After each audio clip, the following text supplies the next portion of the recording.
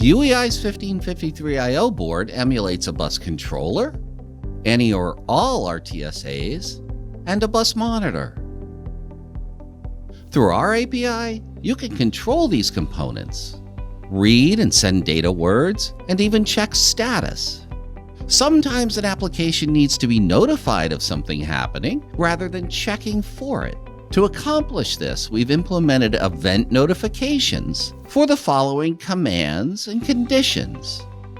For instance, when an RTSA receives data, when an RTSA sends data, when a mode command is received, or even when a specific mode command is received. On the BC side, the application can be notified when a minor frame starts, and the IRQ event can notify the application when any or all commands have been sent.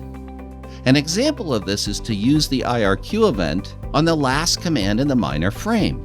When the event is received, you'll know that every command in the minor frame has been sent. There are many more events available through our API. Please contact us to discuss your specific application requirements.